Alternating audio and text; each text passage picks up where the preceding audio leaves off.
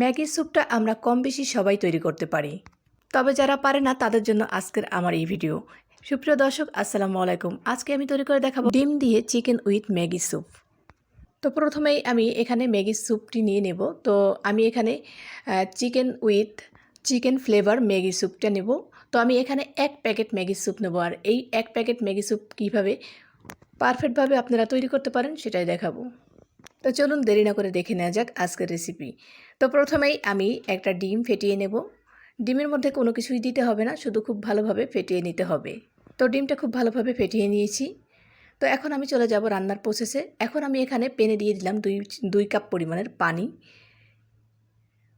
আর Maggi স্যুপটা দিয়ে দেব।